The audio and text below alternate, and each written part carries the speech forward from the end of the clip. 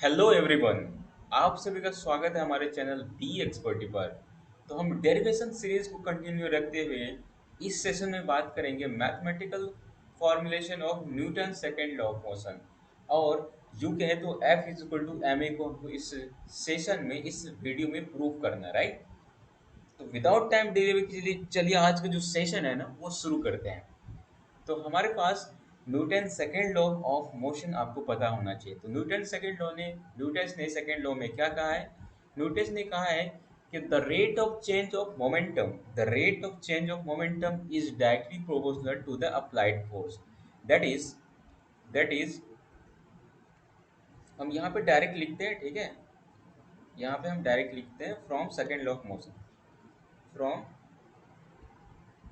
Second law of motion. Second law of motion बोलो या Newton second law of motion, understood है, Newton की ही बात हो रही है, ठीक है। मैं स्टेटमेंट नहीं लिखूंगा, जो मैथमेटिकल टर्म होता है वो मैं लिखूंगा, क्योंकि यहाँ पे बोल रहा है कि the rate of change of momentum is directly proportional to the applied force.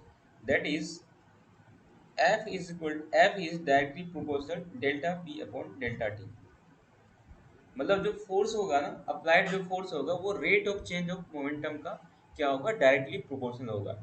ये delta P upon delta T ये किसको शो कर रहा है? ये शो कर रहा है rate of change of momentum को, ठीक है, rate of change of momentum.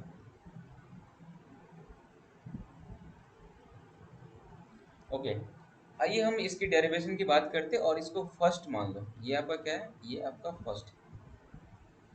Suppose करो हमारे पास एक ऑब्जेक्ट है या कोई बॉडी है।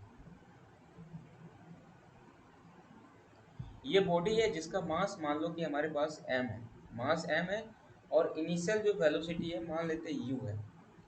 और ये जो टाइम t1 पे मान लेते हैं इसका इनिशियल वेलोसिटी u है, राइट।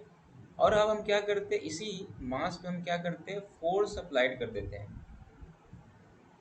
जिस डायरेक्शन में मूव कर रहा है उसी डायरेक्शन में मैं एक फोर्स इस पे अप्लाई कर दिया।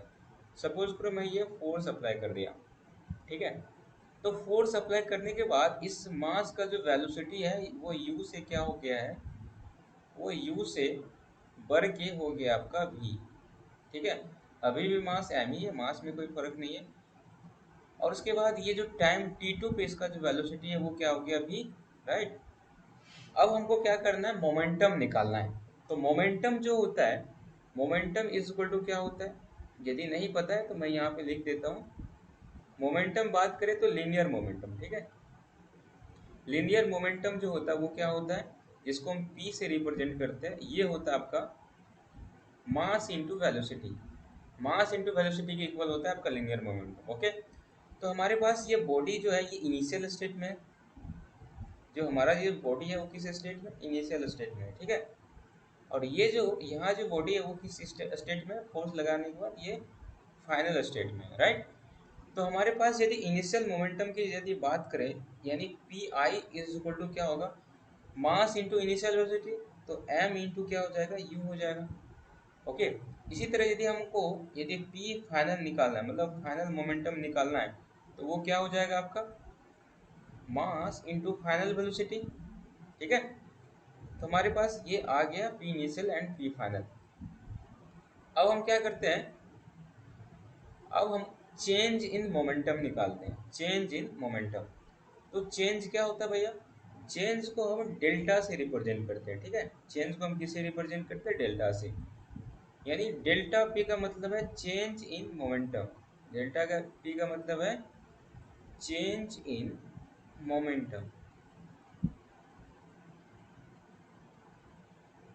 ये क्या होगा, ये होगा P final minus P initial, ठीक है।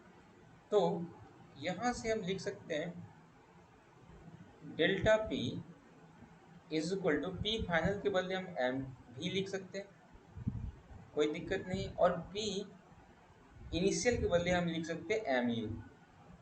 और हम दोनों में देख रहे हैं कॉमन एम एम है, तो मैंने कॉमन एम ले लिया, तो ये हो जाएगा वी माइनस यू। तो आपके पास ये delta P is equal to आपके पास आ गया M into V minus U. इसी तरह हम डेल्टा टी निकाल लेंगे। डेल्टा टी का क्या मतलब है, डेल्टा टी का मतलब है change in time. Delta T का मतलब क्या है? Change in time. टाइम में कितना चेंज हुआ, मतलब ये डेल्टा किसको रिप्रेजेंट करता है? ये चेंज को रिप्रेजेंट करता है, स्मॉल चेंज को रिप्रेजेंट करता है। ठीक है, तो delta T is equal to क्या हो जाएगा? Final time minus initial time, मतलब T two minus T one हो जाएगा। और इसको आप मान लो कि ये टी है, मैंने क्या मान लिया इसको, ये टी है। ठीक है, अब आपको क्या निकालना है? अब आपको निकालना है delta P upon delta T. Delta P upon delta T ये किसको रिप्रेजेंट करता है? ये rate of change of linear momentum को रिप्रेजेंट करता है। किसी भी चीज को यदि हम टाइम से डिवाइड कर देते हैं फिजिक्स में, तो वो क्या हो जाता है? रेट हो जाता है। यानी डेल्टा पी को यदि टाइम डेल्टा टी से डिवाइड कर दे तो ये रेट हो जाएगा।